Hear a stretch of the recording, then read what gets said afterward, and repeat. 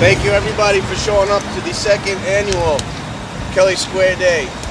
We're here to honor Cornelius Kelley, who was a resident of this neighborhood. He was born here and he was a war hero, and he is the reason that Kelley Square is what it is. Hopefully this holiday will keep growing, and it's great that we all come down here to show our respects. Our local author Tom Rooney is going to say a few words about Cornelius and his life, and then we'll take a little walk past where Cornelius was born and end up at the Kelley Square Yacht Club for an Irish wake for Cornelius.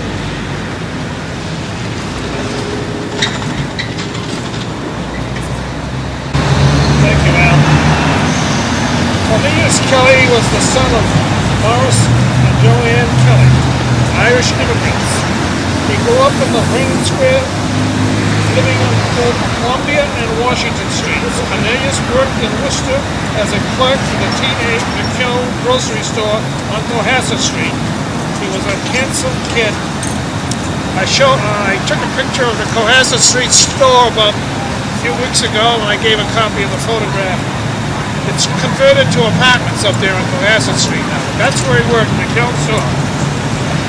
Cornelius enlisted in the National Guard in 1915, was deployed to the Mexican border, a U.S. border concerned with Mexican radical Pancho Villa. Cornelius made the rank of sergeant during the duty in Mexico. He became the commander of 2 cannon units in the doughboys of the 102nd Infantry, the Yankee Division. He and the YD were shipped to France in early 1917 to face the Germans at several offenses. During a lengthy, frantic battle, Cornelius earned himself the fresh Bronze Cross of the War, awarded for bravery. The awarding general quoted, "Under violent shellfire, he repaired the telephone lines of the battery with the greatest of coolness and with the most absolute indifference to danger." Sergeant Cornelius Kelley and the 102nd Field Artillery Regiment, Yankee Division, arrived in Azine, France on October 5th, 1917. The Yankee Division doughboys engaged in the several offenses in France. Cornelius was one of the most popular Worcester boys in France, and he was also one of the bravest. He was cited for bravery in action by Major General C.R. Edwards. Cornelius was also awarded the Croix de Guerre Bronze Star for unusual bravery while in the action in France. Cornelius fell victim to the mustard gas bombing during the first day of the final observation of the World War I, the Great War.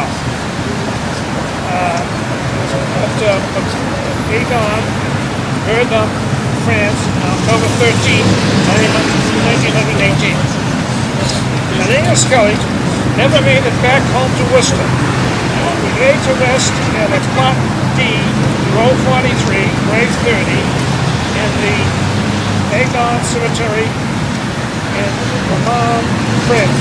It took Worcester several years to recognize their son, Cornelius, that he was actually gone. It took time for a few more years to further how to remember him, and a few more years to get around to naming something after him. What they finally named after him is really something special. Here we have Vernon Square. Amen. Amen. Hey. That's right. I love Vernon Square. Yes, it is.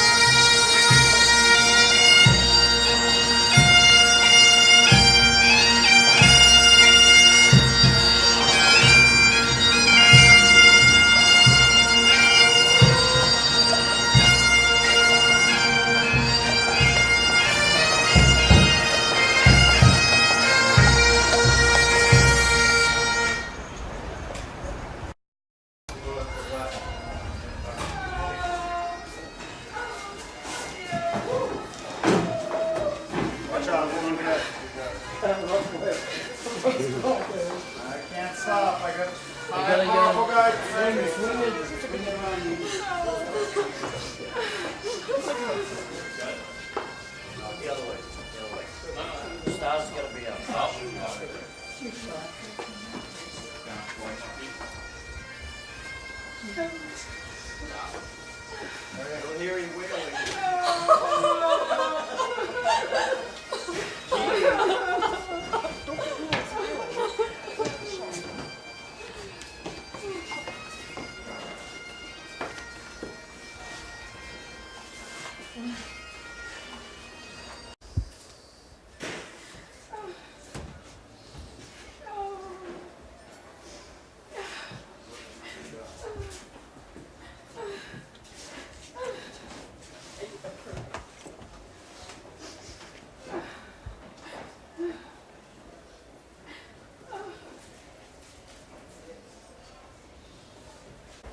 Thing for Worcester and this neighborhood.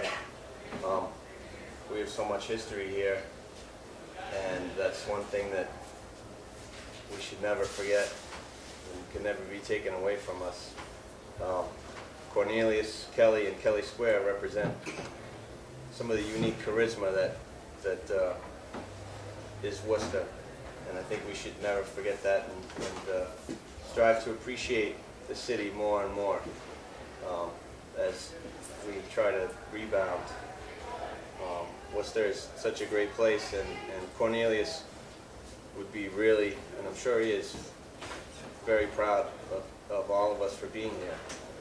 You know, he never made it home from France. We're gonna get him back. Huh? We're gonna get him back. We gotta get him back. We gotta get him back. So he can attend one of his wakes in person. That's some trick. But if anybody has anything they'd like to say, I know there's a couple of keynote speakers that we're going to have come up, but it's an open mic. This is the Kelley Square Yacht Club, and we do what we like here. So first off, I'd like to have my friend Gene Sabinski come up and mention a few words, just so we can understand what kind of person Cornelius was. He was born here, and he was a neighborhood kid. And after you hear this story, you'll really start to understand the type of person Cornelius was and how appropriate it is that we named a place like Kelley Square after him. Gene? Good evening. I happened to be at the Worcester Library a couple of months back and doing some research, looking up old newspapers. I came across an article that caught my eye and relative to Cornelius Kelley, so I grabbed it. And what it is, it's a letter home by one of his fellow soldiers, and it's quite entertaining, so I thought I'd read it out to you. I edited it a bit to make it a little bit shorter to leave out some of the unnecessary details. The letter was from Sergeant John T. McNulty of Worcester, dated October 3rd, was written to his sister, and it read as follows. Just a few lines to let you know that I'm fine and fit, enjoying life as well as any of the boys. I had a real funny accident Sunday, September 15th, and just got over it. My battery had advanced the day before, and I started out Saturday afternoon to take some food and to explore the county to find them. Traffic was very heavy and the roads were torn with shells. We had to wait for 4 hours to get over one hill. We tried to turn around and backed into a ditch with a big load, so we were obliged to get out and unload the truck in order to get it out of the ditch. But this time we got a little whiff of gas, and believe me, Al, this doesn't make one feel any too good. We finally got all loaded up again and started back, covering a distance about 5 miles, but we met an officer who told us where we can find the battery. It was then about 2 o'clock in the morning, and by that time all the men and the horses were dead tired, so I decided that it would be better for us to go into a nearby woods and sleep for a while, which we did and got rested up quite a bit. We lay down about 3 o'clock and slept hard until 5:30 o'clock. We started off again at that time, only to get into another ditch, which necessitated our getting off again and unloading until we were out of the ditch. Some work. Now comes the comedy part of the story. Kelley, Rassicot, and myself, with about 4 others, started to explore the German dugouts and the battery positions when we discovered a dandy little German narrow gauge railway, like the scenic railways we all like to ride on. So we decided to push the car up the hill and ride back down after we came out of the dugouts. We went in and got some good German souvenirs, German helmets, hammers, and other junk. And after coming out, we stopped for a few minutes and talked with some French soldiers, after which we jumped our trains with the good intention of riding them back to the kitchen. We started down the hill pretty fast when, Al, we were ditched at a corner and yours truly was the poor guy to land on the bottom of the entire heap, with about 4 others on top of me. I smashed a little finger on my right hand and couldn't use it for 2 weeks, but I guess that's all right now. Scraped my knee, my hip, put my shoulder on the bum, and got a pretty bad muscle bruise. And all happened on my right arm. I couldn't sleep for 4 nights and had to tell the story to everyone I met. You should have seen us land, then get up and give each other a laugh, just like a bunch of kids. Another fellow got 2 cuts over the eye when he landed on my German helmet. You can tell the world that there'll be no more joyrides on the German railroad for us, even though they do remind us of the scenic railways at home. This is the main reason why a letter has been held up. Now, the interesting part of that letter, as it ended, was the date. It's in the Worcester Telegram, easily found, but it's dated Monday, October 21st, 1918. Sergeant Kelley died on October 13th, 1918. So to see this published in the paper might have been a bit of a shock for the people I had known that he had already passed along. So, I thought I'd pass it along to you.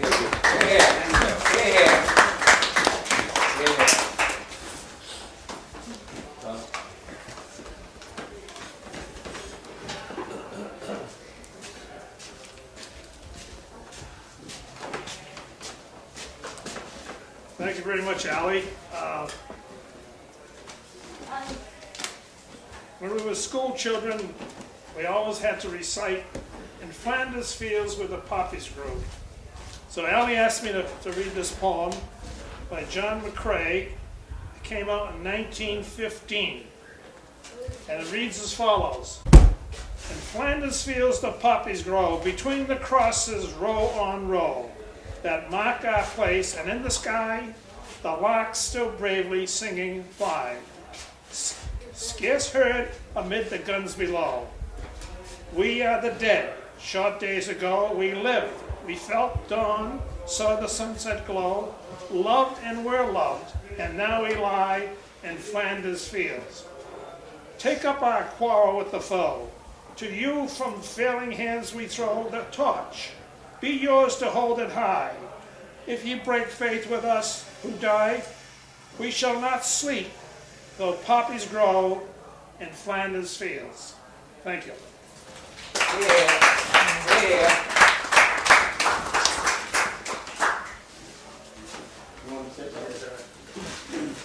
Make sure you introduce yourself. I'm John Harvey. Just a thought I've been having a lot lately is coming from Worcester and thinking about the economic revitalization. Events such as this, I think, are really what's going to bring the city back, and I mean that. And this is probably the first of what I hope to be a long succession of events that will bring the city back. I think what's going to bring the city back is bringing it back to what it really and truly is. I think if some of the things that brought the city maybe not in the right direction, if you think of some of the investment in the mall, of some of the big chains and things, well, that's not what the city is. This is a blue-collar city with good, hard-working people, and that come to places like this. So I just am very, very touched. I think that not just for Cornelius Kelley, but also because I think what it represents is bringing it back to what it truly is. And so I commend you guys for putting this on.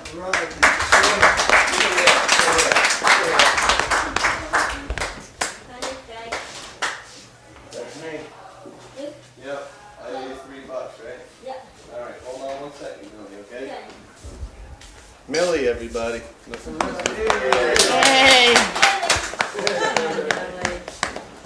I would like to extend thanks to, of course, the horses, Emily and Jean, Bob Largess and his Teamsters, and the pipers and drummers. Let's give them a round of applause.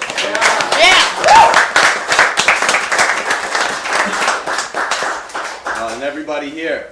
You know, we gotta make this. We gotta make this happen every year and keep changing for the better. How about the ladies in Keening? Let's give her a round of applause. Well, let's grab a drink. If anybody has anything else they'd like to say, I'm gonna read a poem that I wrote about Kelley Square. Should I do that first, or should we get a drink first? Do it now. Moose. After you read the text, I was going to say something. Make some noise for Moose. Yeah! No, I just want to say, this is like, I grew up here too, and, believe me, it broke my heart to see Worcester gutted, constantly gutted, torn apart the downtown. Over here, my best friend was Russ Weintraub, growing up, the Weintraubs over here. And it's just, and I seen all the so-called, let's move Worcester into the future crap, which he was just saying about, which is the biggest crock of shit ever. And the fact is, it happened, I got brought down here, a friend of mine brought me over here, and I met Bob, and it totally fucking changed my life meeting this guy, what he's doing here, and what's going on here in Alley and the stuff. And believe me, it was just like, out of nowhere, and it's like completely the real thing, just like he's saying. This is really why Worcester's going to wake up in this case, because, not because fucking people that run the show in Worcester are trying to do something, but because the real people are doing something that's happened real, naturally, and I couldn't believe it as I drove down from here, drove down like Water Street and Hardin Street, Millbury Street, and like I say, this place meant a lot to me, and it was always so sad to see it gutted, to see the things really happening, because thank God they didn't tear down every fucking thing. And therefore it was just amazing to see, and all I can say is thanks to everybody here. This just blows my fucking mind. And it's all the right thing, and it's going to keep happening. There's a lot of good things, and it's just blows my fucking mind.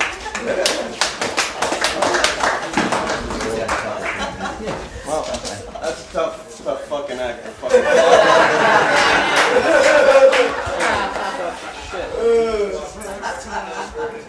All right, I'm gonna read this poem about Kelley fucking Square.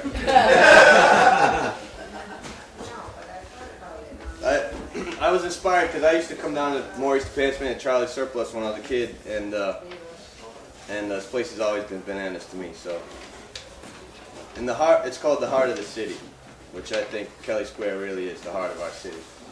In the heart of the Commonwealth, in the heart of the Isle, pumps to the heart of our city, where our blood pumps in style.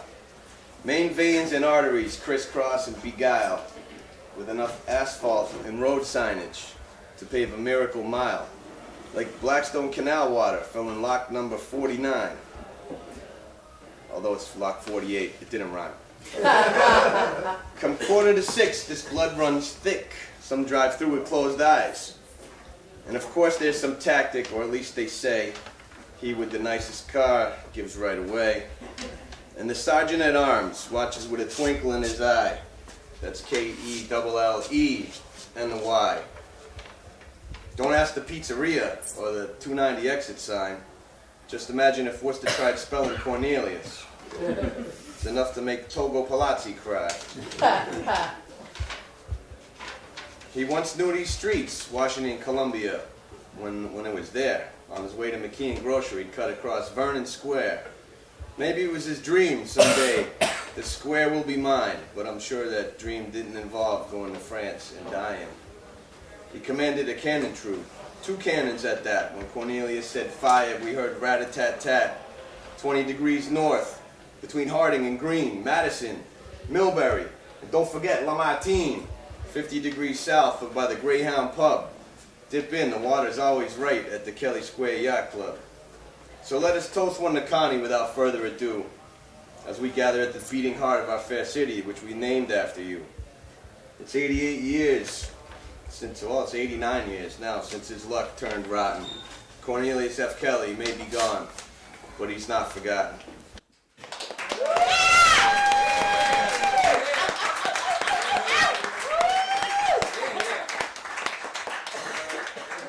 Cornelius would want to see the Red Sox kick some ass, so. That's right!